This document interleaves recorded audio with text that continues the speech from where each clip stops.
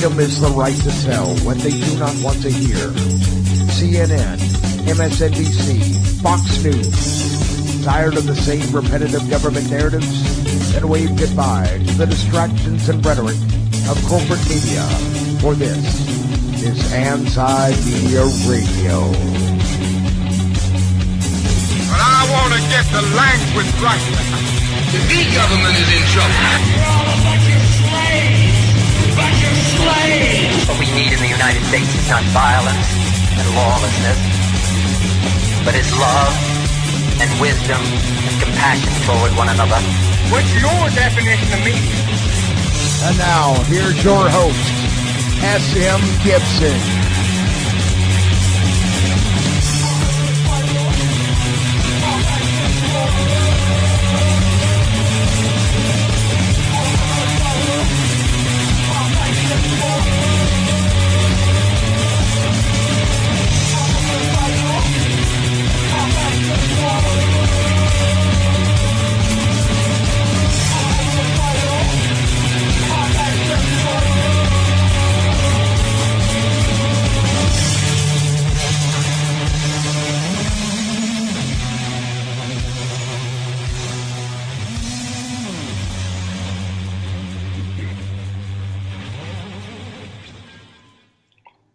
My name is S.M. Gibson. This is Anti-Media Radio. It is December the 13th, 2016.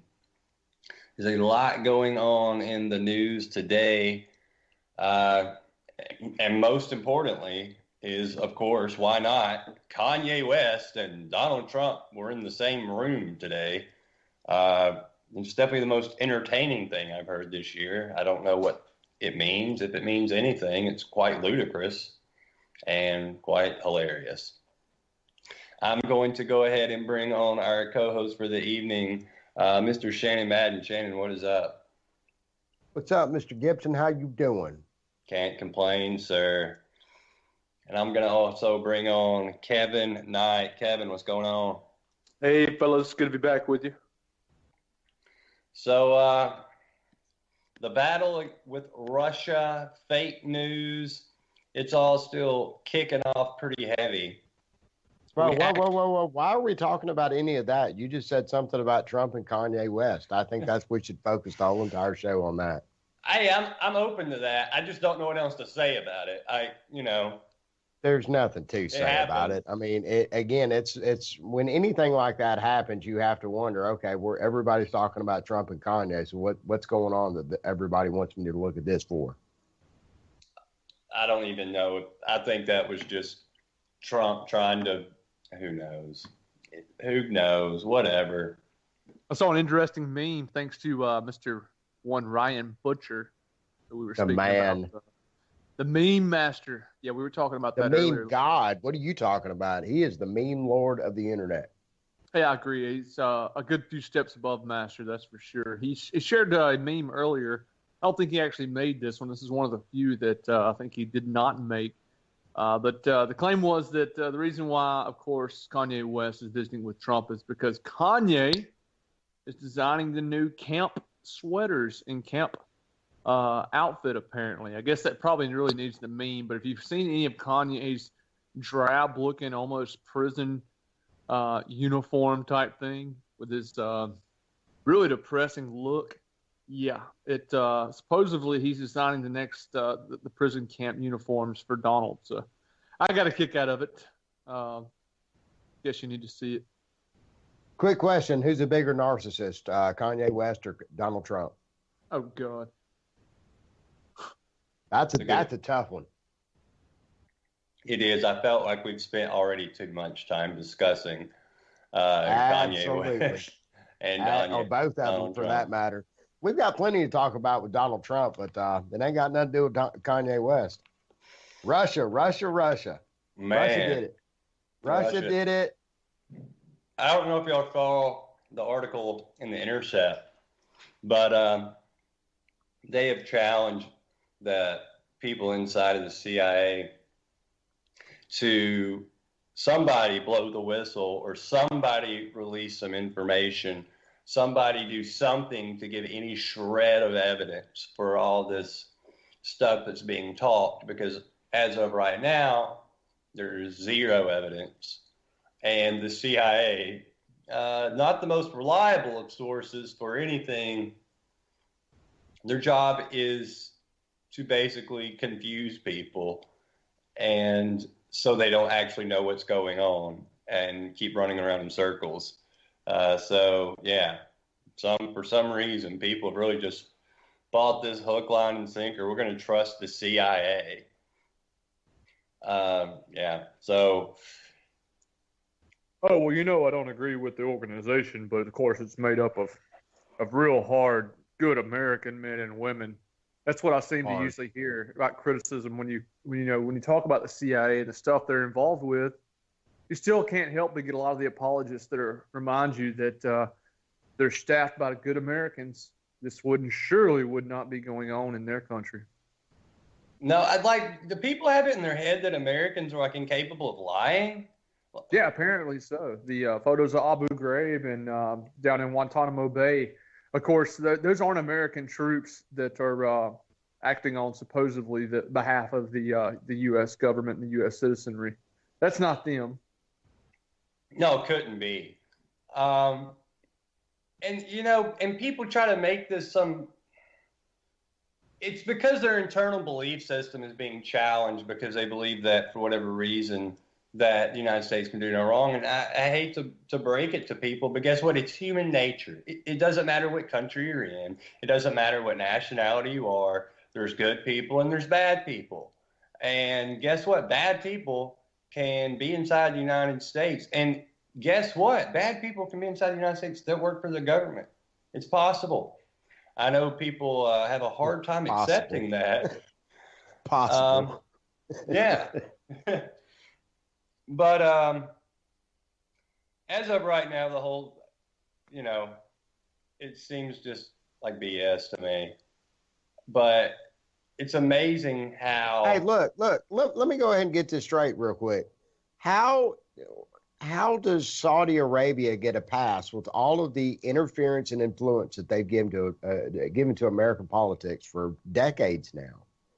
And now suddenly Russia, which Russia didn't give any money to anybody, Russia didn't really do anything to influence anything.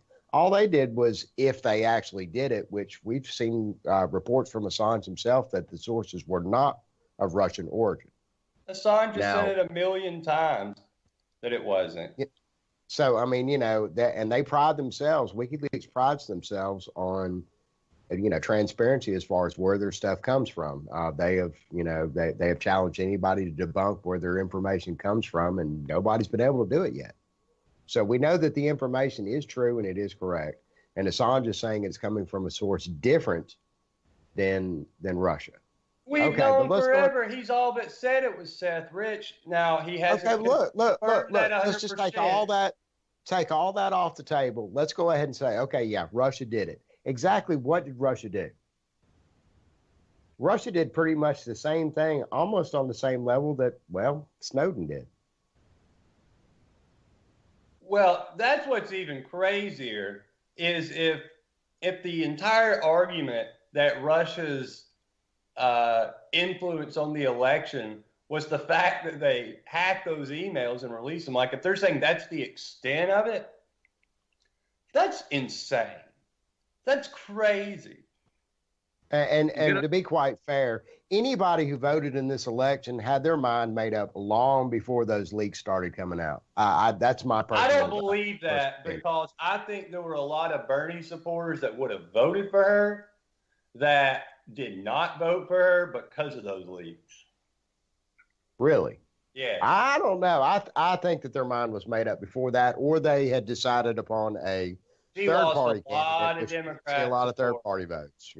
I think she lost a lot of Democrat support over a lot of that stuff in there, because, and yet we're not talking about that in the leaks. It acknowledges, you brought up Saudi Arabia, it acknowledges that Saudi Arabia and Qatar are funding ISIS, and Hillary Clinton's taking $25 million from Saudi Arabia. Whatever, no big deal. That's not getting shoved down people's throats every day. But of course, that's just a slightly inconvenient truth. Even though Saudi Arabia was the nationality of a vast majority of the hijackers on the planes on 9/11, but whatever. Oh yeah, people are morons. I tell you what. Thank goodness we went to war. Oh, wait a minute, we went to war with Iraq. Never mind. Speaking of which, I want to bring up a story we've got on the front page of the website right now, the antimedia.org. Congresswoman says U.S. is arming ISIS, introduces bill to stop it. So we talked about this a little bit last week, touched on it.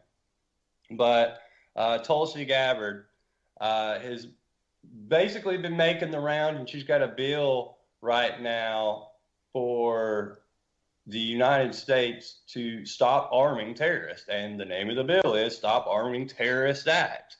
It's actually her and Thomas Massey, who we talk about a lot on the show. It's co-sponsoring the bill with her. And she spoke on the floor of Congress, and again, she's been making rounds on all the TV shows, the Sunday morning shows, and the late night Bill O'Reilly's. I don't know which show she was on. It wasn't Bill O'Reilly, but whatever. They all run together at this point.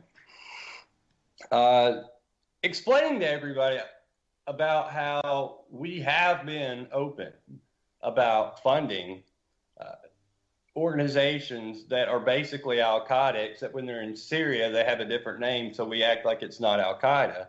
And as well as with the Saudis and how Barack Obama has sold Saudi Arabia $215 billion with a B dollars in arms since he's been in office. And I don't know if y'all heard too. They decided they weren't going to. They're going to halt the sale of some arms to Saudi Arabia. They announced this morning because they're disturbed about what's going on in Yemen. It's like now you're worried about it. It's like you've got a month left in office and now you care? Shut up. Like, for real. I mean, surely it'll be a ton of weapons that they don't send, right? They've already sold $215 billion worth to them over the past 8 years. And right, that's what I mean. They'll say it's a lot, but they'll probably, there's no telling how many other weapons are going to continue to flow. This is probably just like one shipment that got lost, and well, we're not funding them anymore. Yeah, exactly. And look at what's been going on in Yemen. War crime after war crime after war crime, and they ignore it. Nobody talks about it because we've got to talk about Russia 24 hours. No, wait a minute. We're talking about it now because they're concerned about what's going on in Yemen. Concerned. A lot of those bombs that have been dropping over there, which are, illegal munitions anyways, cluster bombs and whatnot, bear the made in the USA seal. They do. At least they're still making something in the USA, isn't it? Too bad it's weapons. But anyways, back to what I was talking about, the Tulsi Gabbard bill. God bless her for standing up and saying this, and Thomas Massey as well. But it's insane that this isn't the top story everywhere, and it's insane that this bill has to even exist. But we've been arming terrorists for so long. People either just don't believe it. That's the problem with what we were talking about with the CIA earlier. We go back to all this propaganda and people just shrug their shoulders like, oh, that's not true. That's conspiracy. That's not happening. No, come on, they wouldn't do that. That's how people act. They wouldn't do that. They do it. It happens every day. It has been happening for quite some time too. I mean, this is not just a new thing that suddenly somebody found a file and found out, oh man, we accidentally sent a little money to ISIS. We created ISIS through our funding and through our training, through our weapons. I mean, I'm sorry that we created ISIS. Well, and think about it's been said here and it's been said abroad time and time and time. ISIS would have never had the atmosphere to exist if not what have happened in Iraq. Which, guess what? We went to war in Iraq over a big giant lie. So it's just one lie after another, and people still live in this world like, no, never. Yeah, that's just some of that tinfoil conspiracy talk. You need to get off the internet. Go read the Washington Post. They'll tell you the truth. Oh, man. But this is stuff that if you just do a little bit of research, it's all admitted inside of Washington. It's all acknowledged, this stuff. Now, of course, when they get on TV and give their press conference, they're like, oh, we don't know what you're talking about. We're not there to take out Assad. We don't know what you mean. We're not trying to take Gaddafi out. That was just coincidence. And, we didn't bomb a hospital. No, we would never do such a thing. I don't understand. Like, for me, it doesn't matter if a politician comes out and goes, hey, well, today's Tuesday. I immediately question what day it is at that point. That's how much people lie. And yet we live in a world where people just accept it all as the truth. Once you're lied to over and over and over and over and over and over about everything, why do people believe anything anymore? And look, I don't know what Donald Trump is capable of, and I don't know what Donald Trump is going to do. But if I hear one more person go, Donald Trump's going to start a war, Barack Obama has bombed 8 countries. 8. And it's not funny, but it's obvious. It's painfully obvious. Why? Right. Is that 9th country going to be the one that really sends you over the edge? That's it, man. And where's the left on this? I know we've raised this question before, but where are they at? I was talking to you guys earlier, discussing the overthrow policy, the war policy with a couple of my friends that we kind of bump heads a little bit, but expected them to be anti-war. And it seems like these days that as long as you have a little bit of the right twist, anybody who's everybody is going to be pro-war. And it's getting sickening. I can't help but agree that we dodged a bullet, I think, with Hillary. Maybe we're not looking down the barrel of Russia, but, the question was posed if Hillary did not make it and Donald Trump did we think we were going to be still heading to war with Russia? Do y'all think that's still even possible at this point? I don't think it's going to happen. Now, I'll tell you what. I don't either. I'll tell you what I do think is a major, major concern is him being so antagonistic to China. And I think China is something to be very concerned about. And so with their ground troops or outnumber us 3-1 or something like that. Yeah, well, it takes a lot of ground troops to get to the United States. So I don't exactly. I don't. It would take a lot for Chinese troops to pose a risk here. But obviously, cyber war and such, and trade wars and whatnot. But the United States is still and China are still huge trading partners. So. On the other flip side of that, it seems like maybe the U.S. is kind of driving a wedge in between China and Russia, who have kind of always been for a long time, kind of been willing to have each other's back with a conflict with the U.S. They're neighbors. I think that would just geographically, it would benefit both of them to help each other out in a tight spot. If it really came to that. And both of them are, armed to the teeth as far as nuclear arsenal goes. Well, that's why I say I think the U.S. seems to be, as we kind of get a little less hostile to Russia, and Gibson, like you said, a little more hostile towards China, or at least a little more antagonistic. Maybe we're going to see a little bit of widening between those two. It's possible. I definitely think, though, we're going to see a change. For better or worse, whatever it's going to be, I think we are going to see a change in foreign policy. We didn't really see much of a change for the past 16 years between the Nobel Prize winner and the warmonger that had pretty much the same exact foreign policy. Bush and Obama, but I think Trump's going to have a different foreign policy, whatever that means. I do not know, and that doesn't necessarily mean a good thing. I mean, you look at Syria right now, and it looks like, I don't know if anybody's keeping up with what's going on Aleppo. Assad's looking to wrap that up, and he's being very brutal about the way he's going about it. That is a terrible situation going on right now. But it looks like they're trying to put an end to the war, and that's just a bad situation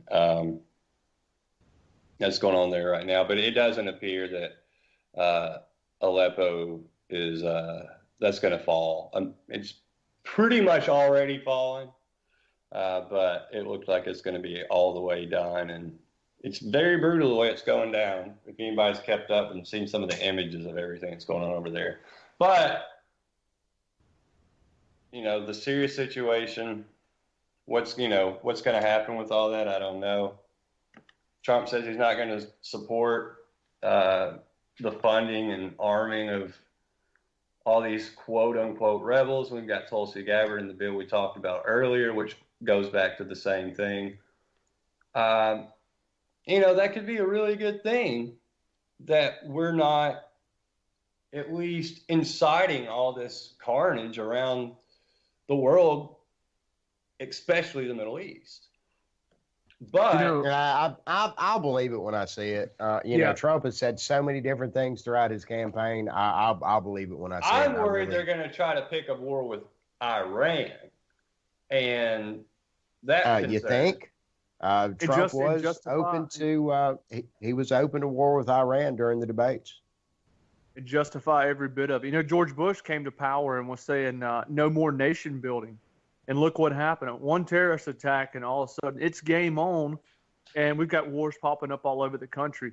I, for one, don't believe Donald Trump or any executive has enough power to actually control the military or foreign policy. Sure, there's a lot of influence there, but when you've got organizations and globalists, I say globalists, when you've got people like in the Council of Foreign Relations, your Henry Kissinger's, your Zbigniew Brzezinski's, all these warmongers that have been in office and through decades of presidents, and as is their influence, I just don't think that Donald Trump is going to be able to do much towards that. There's always that plausible deniability, and of course that's what Obama ran on several times when he claimed he didn't know about this or that. So, and Hillary Clinton's made she's made a career out of plausible deniability. Oh, of course. Oh, it's amazing how when something bad happens, they never know about it. But, when it's something good. I wasn't aware of that. I need to go back and check with my people on that. Which I heard about it through the media. I'm just now hearing about this. I'm going to go back and take a look at this right now. I'll get back to you. I saw one of Butcher's have my people call your people. Butcher's memes. Now, if it was Trump, I think people would probably actually believe it because, it's Donald Trump. Well, you probably did. You saw it on a meme somewhere. But I don't know. We're so screwed. I mean, we really are. I do think it's going to be a different foreign policy, though, because I think something's going to change. Now, that doesn't mean it's going to be a positive change. I don't know what it's going to be. But I do think we're going to see something different over there, especially, this whole Russia business. Is the CIA, are they going to try to drag us into a covert war with Russia? I mean, are we going to have a power struggle with the executive branch and the CIA like we saw very similar to when Kennedy was in office? Whatever people's beliefs on who killed him, how he got killed, and blah, blah, blah, blah, blah, in 1963, at the end of the day, the CIA and Jack Kennedy were not very fond of each other. Well, I do need to, I'm just going to throw this out here. I think we're going to get a new CIA director, a new CIA director before too terribly long is what it sounds like. Very possible. And we'll see where that goes. But, that may mean something. It may not mean something. Speaking of Trump appointing people, what's everybody's thoughts on Rick Perry being named to the head of the Department of Energy? Ironically, it is the department that he couldn't name in the debate. That's what's so hilarious about it. Well, he's been studying up. I mean, obviously. Well, but here's the thing I think people are missing with that whole story is, yeah, it's fun to make fun of Rick Perry, because it is. It's funny to do so. But it's easy. He's on the board of directors of Energy Transfer Partners. For those of you who don't know what Energy Transfer Partners is, it is the oil company that is building the widely opposed Dakota Access Pipeline in North Dakota. Yep. So if that's not a conflict of interest, I don't know what it is. And he also has, of course, the highly touted at this point, Rex Tillerson, Exxon's CEO, Secretary of State. That's definitely not getting away from corporations. No, that kind of sounds like doubling down on the Middle East. If we get to it, then again. Maybe not, though. Maybe not. But the two of them may be under a mandate to kind of, maybe bring it back home and see what as far as, developing and using our own resources here. I don't know. I can't. Again, Trump has said so much during the debate, so much during this candidacy. That's the thing with Trump, is we've been saying that you just don't know. You don't know. He could do some stuff right. He could do some stuff horribly wrong, and we could all end up in concentration camps or dead from a nuclear bomb, or it could work out great. Everybody has all these great jobs. I genuinely don't know. I think more than likely it's going to be probably at the end of the day very similar, once it's all said and done, to what we've seen for 16 years now, ever since the world changed with 9/11. I think, of course, the show is going to be much different. Trump's going to put on a very, very different show for the camera. Oh, very elaborate, very dramatic, lots of great music and special guests. Yeah. Right, because think about the show that Obama put on compared to the show that Bush put on. But at the end of the day, we're pretty similar, especially foreign policy wise.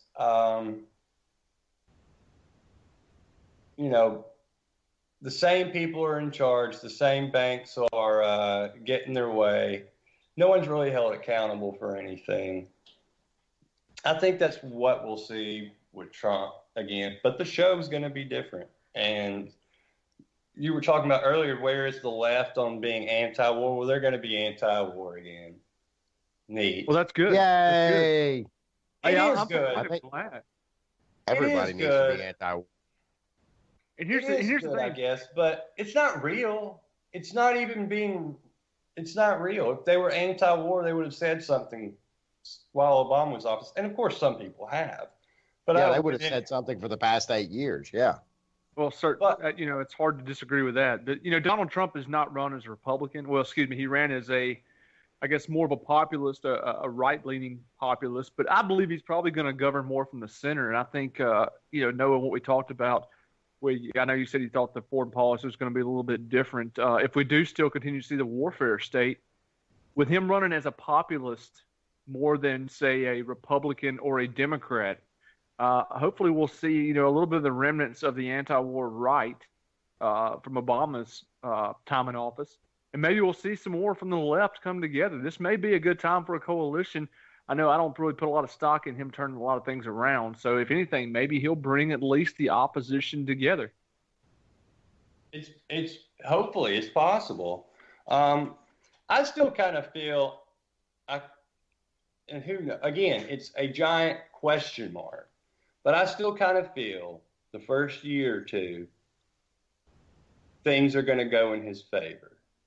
And then it's just going to fall apart. I think he's going to be two different people too. I mean, he's a politician. And people's like, well, he's not a politician.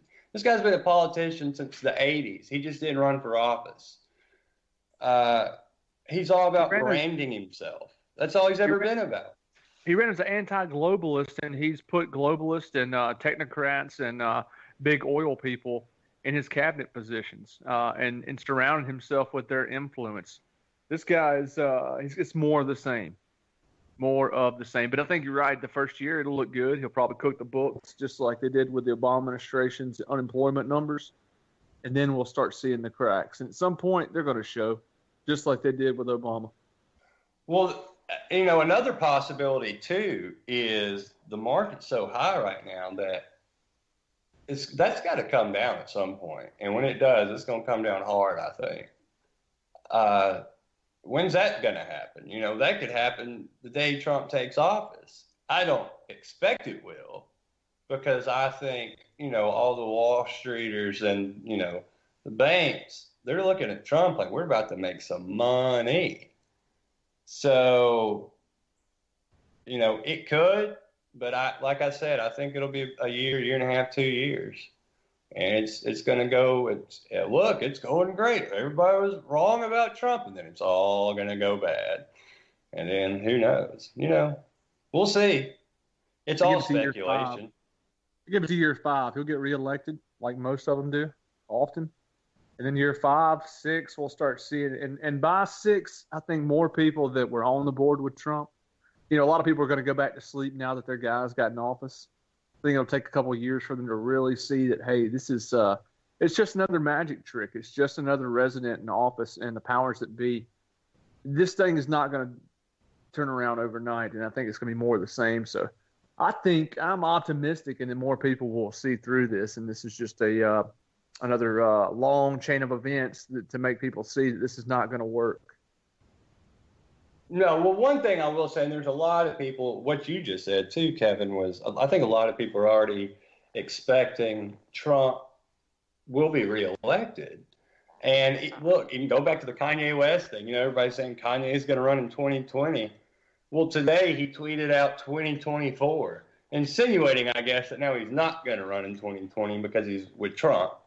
And so he's going to push it back 4 years. But he was asked about that, and he said he just wanted to take a picture. Did you hear that? Yeah, I heard. But think about what cabinet position is Kanye West going to get? I don't know. I hope he becomes the press secretary, because that would be awesome. That kind of would be a little dope. Yeah, that would be very dope. Him or Mike Judge or Luke Wilson. I'm hoping for one of them. Luke Wilson would be great if he just played his character straight off of Idiocracy. Because that's what I'm hoping for at this point. Let's just see how crazy it can get. Because why not? It's just a big show. So let's make the show really entertaining. So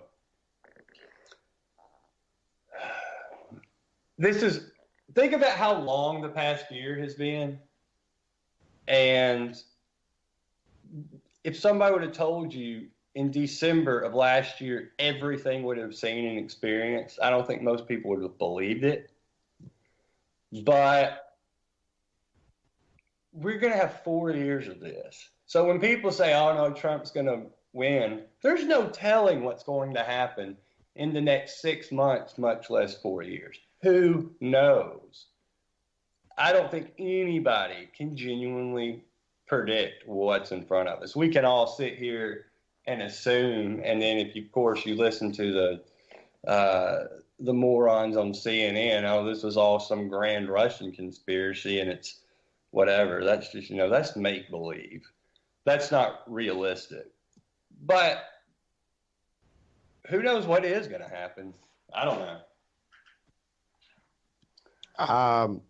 I think we can all safely agree that the only thing that we know beyond a shadow of a doubt that we're going to experience for the next 4 years is some of the sickest, dankest memes you've ever seen in your life. Woo! Maybe. I want to throw it up, too, that Rand Paul is promised to block John Bolton as the Deputy Secretary of State. And that's one thing I don't think people are talking about. Everybody's like, John Bolton's going to be Secretary of State. They got now they got Exxon coming in. But John Bolton's been preaching some war with Iran for a while. And he's still very unapologetic and a fan of the Iraq War. I don't think that bodes well for what we've got going on over there either. And I think one thing that, like I was saying, I do think it's going to be a different foreign policy. I think they're going to shift focus off of Syria. I could be wrong, but I think they will. But what I'm worried about is they're going to shift that focus towards Iran. And it'll probably be more covert. Oh, of course, it definitely will. I mean, how else is he going to keep up the mirage of less foreign policy intervention, considering the state of things now, unless it's covertly, which of course is always going on. There's probably there's way more covert actions going on around the world than there are, boots on the ground that we know about. Surely, Honduras. Oh, well, it's every continent in the world. Oh, yeah, it's everywhere. It's everywhere. But think about, we talk about, Trump said this and this and this while he was running, whatever that means. But one thing he definitely talked about was Iran. And he's like, that's the worst deal ever, and blah, blah, blah, blah, blah. He always would slam Iran. He would talk bad about Iran, and he would talk bad about China. And as far as foreign countries go, that's really, I guess, the extent of it. Early on, he had some words for Saudi Arabia, but that went away pretty quick. And we've already discussed it here that I think that's a friendship in waiting. The media over in Saudi Arabia, has already gotten rid of a journalist that's been writing the same famous column over there for 5 years, and he wrote one critical of Trump, and he don't write anymore. So, I think what they do, like cut his hand off or something, or they cut your hand off or that sort of thing? He got a new job in a post in a faraway country as an envoy to somebody completely different. They probably just shipped him off to do a different job somewhere else. But, Iran, though, I think that's some serious business. And I think I wonder how Russia would take the United States focusing on Iran, because that's an ally. What do you think about that, Kevin? Do you think Russia would get upset with the whole going after Iran? I would personally assume they would. Yeah, I would say so. Back during the Olympics, you remember back during the Sochi Olympics, there was some stuff going on between Iran, Saudi Arabia, and Russia, and there was threats from basically from Saudi Arabia. I know we're talking about Iran, but Saudi Arabia was having a conflict with Iran, and both of them had at different times discussed different groups acting in Russia, ironically, and then Russia turning around and bombing Israel in response. I don't know if you guys remember that, but they were talking about the terrorist organizations interrupting Sochi. So all that stuff is really conflicting, but I would think they'd be more pissed off about China. I don't think they're going after Iran as much. I think, like you said a minute ago, I think they'll concentrate on China, or both, or both. That looks like the way it's headed, but who knows? What do they got to gain from China, from Iran? I mean, what does Russia? Do we get a lot of this? Does Russia really benefit from strong ties with Iran, like they do, say, Syria, some of the other countries? They've got pipelines and oil wells and all that other stuff in Syria. Well, I think Iran, for the foreign policy that's been enacted for the United States for 20 years now, it seems like they were always the last piece of the chessboard that they wanted. And you think about all the rhetoric we have heard for years and years and years about Iran. And look at Netanyahu. How long has Iran been weeks away It's imminent, guys. It's imminent. Weeks. They're going to have a nuclear bomb within weeks. We know it. And he wrote a whole book about that. That has been said for 20 years. 20 years they've been saying that. It's about to happen. It's immediate. And of course, the only reason that that's being said is because they want war with it. It goes back to the old Wesley Clark thing. They wanted to take out 7 countries, and Iran was one of them. And they've gone through the rest of them, have they not? Yeah, pretty much, yeah. I think there was one, that's not as well known. I think that's the actions in Lebanon. But yeah, for the most part, they've got them. That's an interesting speech, and anybody should really look up. He gave that a few times, and this is not somebody, it's not some grunt in the military or some conspiracy theorist. This is a 4-star general who's pretty well regarded in the military and by, his followers in the public. And then he ended up turning around and supporting Hillary. Oh, go figure. Yeah, I know it. Which, that kind of disappointed me, honestly.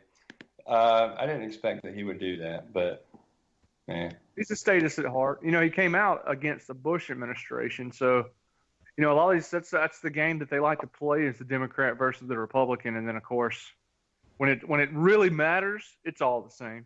Yeah, that's the sad reality of it. Speaking of which, I definitely want to hit on this. Everyone's favorite person in the world, Harry Reid, is now suggesting that Facebook and Google crack down on fake news. And his quote was, of course, speaking of freedom of speech, First Amendment, whatever. Maybe it's a slippery slope, but let's start going down the slope. Harry Reid, is suggesting that because I guess the argument is what, fake news won Trump the election. I don't know. First off, it's amazing to me that people are now just realizing for the first time ever that there's things on the internet that aren't true. Second off, I think this is the most insulting conversation in the world because they're saying that on the surface, what they're saying is that, well, people can't tell the difference between real news and clickbait. Some of that is probably true, but for the reason behind that is because the majority of what we see on corporate media is all make-believe. None of it's true. They're sitting here harping and harping and harping about what right now?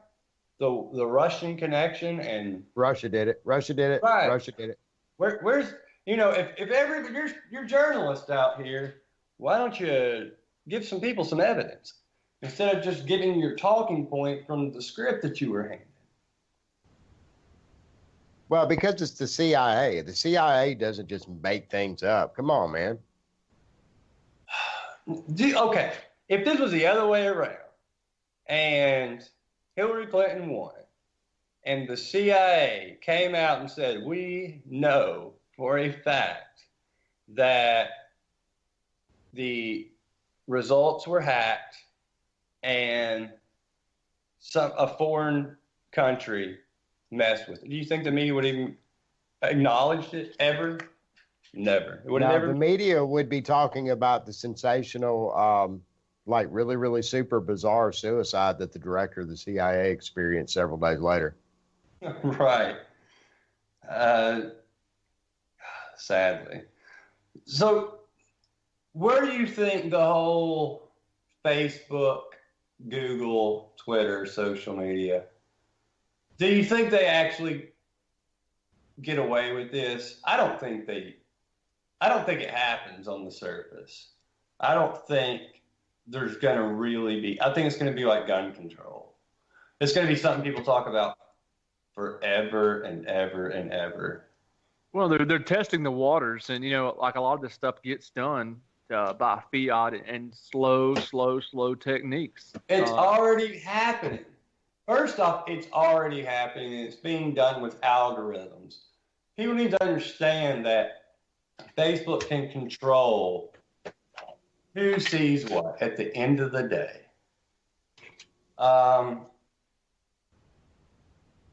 We've had periods of time on the anti-media Facebook page where every post you made, when you had 1 million followers, every post you made, every single one was seen by 500,000 people. Or, sometimes much more.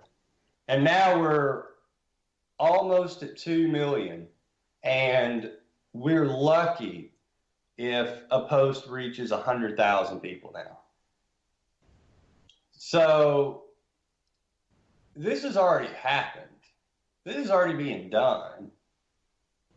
What they are obviously concerned about is not fake news. What they're concerned about is news getting out to people that is true, that they don't want people knowing about or talking about.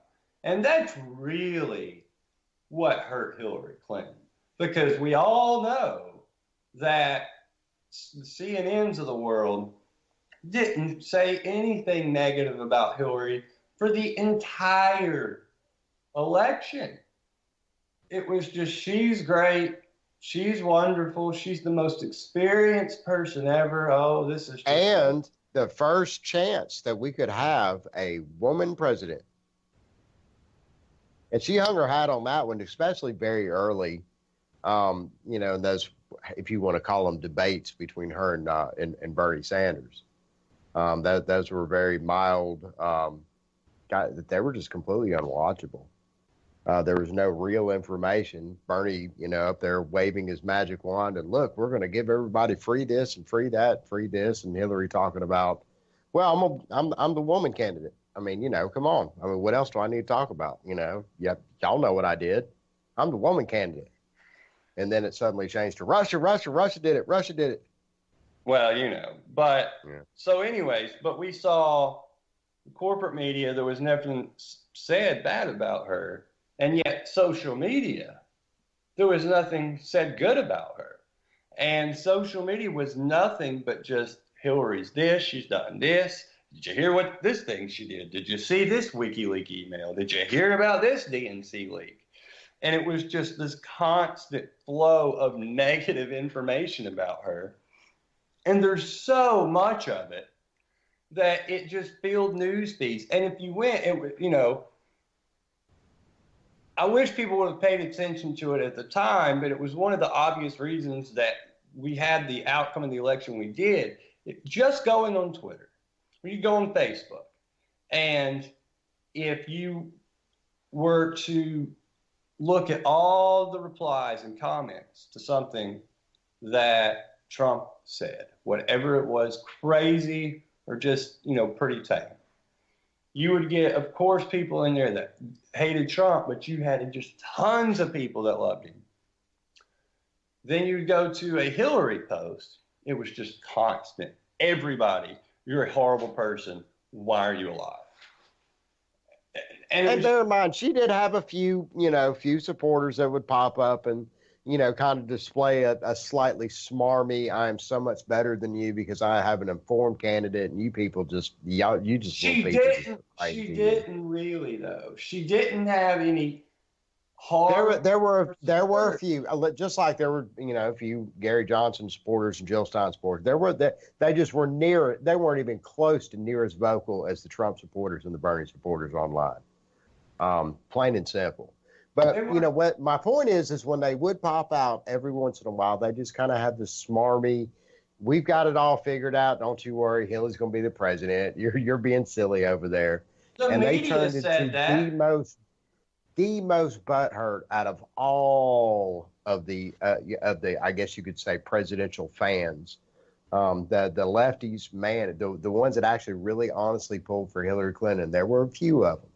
Man, at the butthurt. Gosh. Well, this is why, what's really hilarious is the exact same people right now that are giving this whole Russia spiel are the exact people that said she will 100% be the president. He will never, ever, ever, ever win. That's impossible.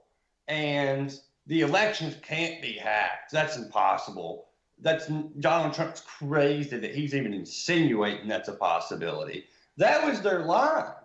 And then they were so wrong.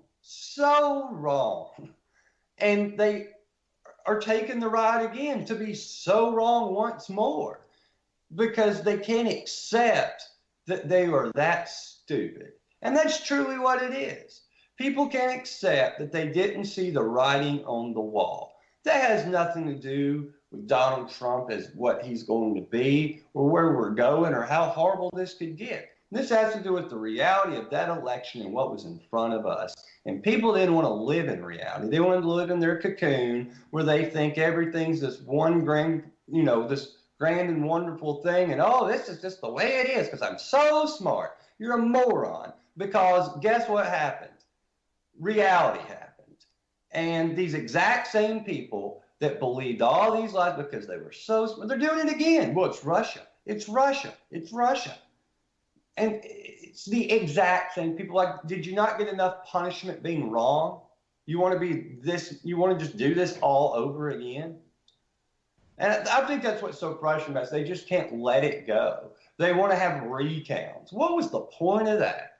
The point of it is to make the true legitimate point of it is because the people funding the recounts, the people repeating over and over and over that it's Russia and they hacked the election is because they want it to appear on the surface that Donald Trump is an illegitimate, should not be the president of the United States. And they want the United Now, having said that, we all, I think, can safely agree, though, that he's not the best choice for that person to be sitting in that chair. Of course not. Right now. That's not what we're talking about. Again, I get it. I get that.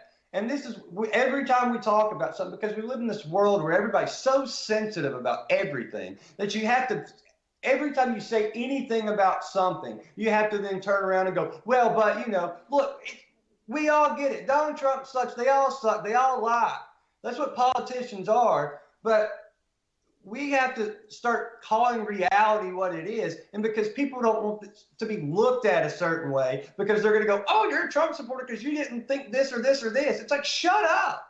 Shut up. Stop believing a bunch of lies. And more importantly, you would rather have not people look at you a certain way. So you live on, some other planet and you don't know anything that's real going on in the world. What you have all these falsehoods because that's what I heard on TV.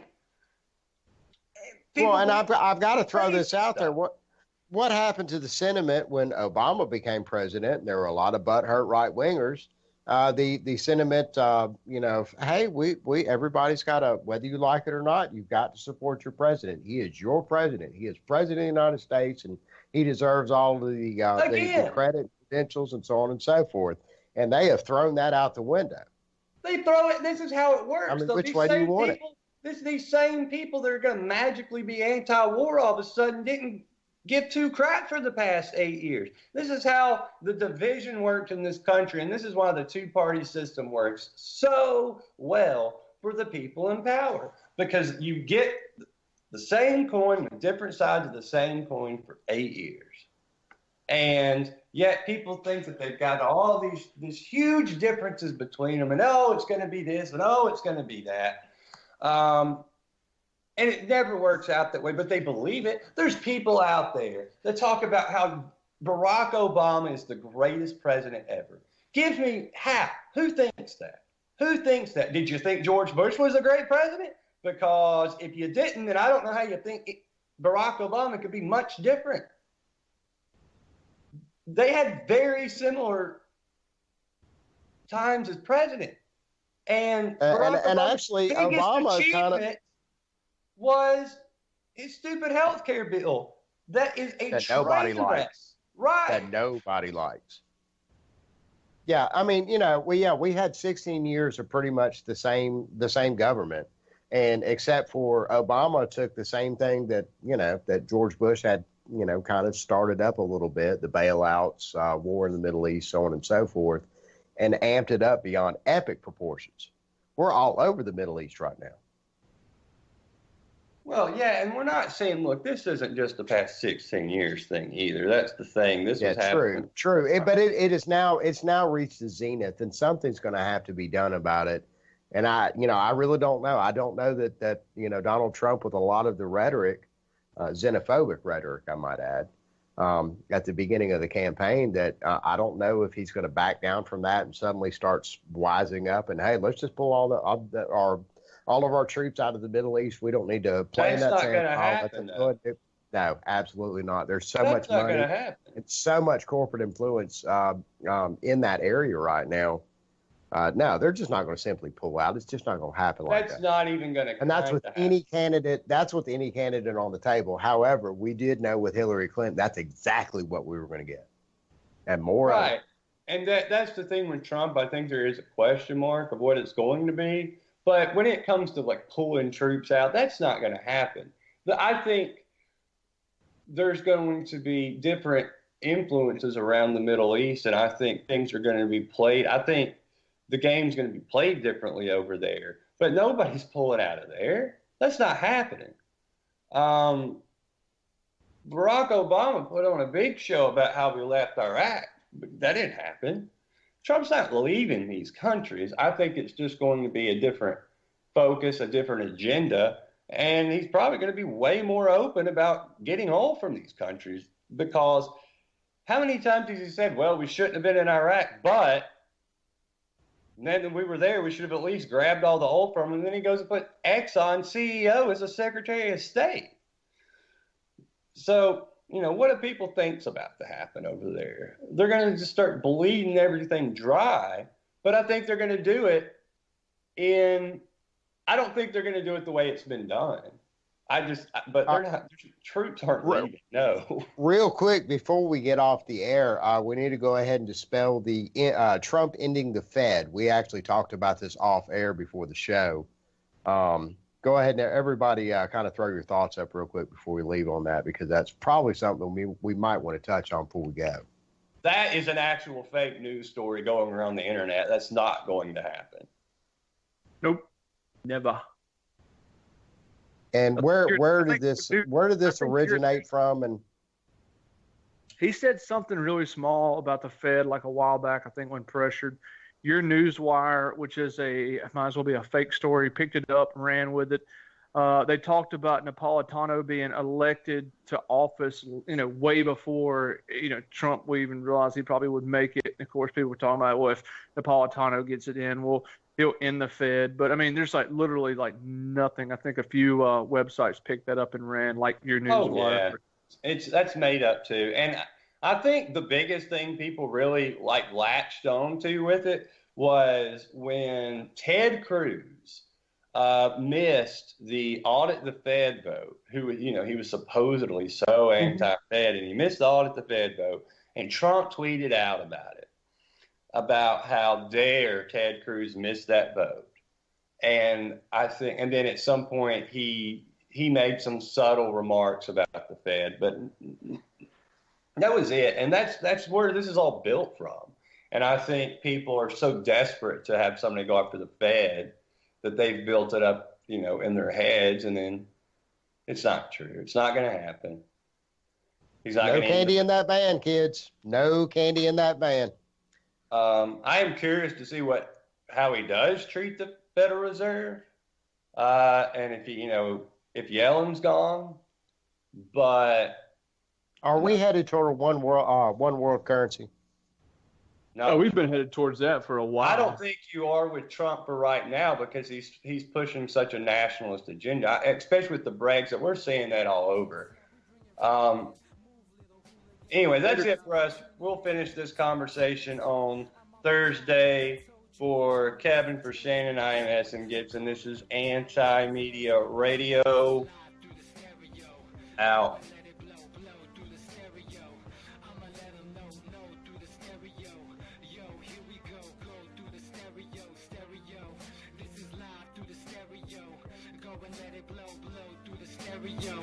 I'ma let them know through the stereo. Yo, here we go through the stereo.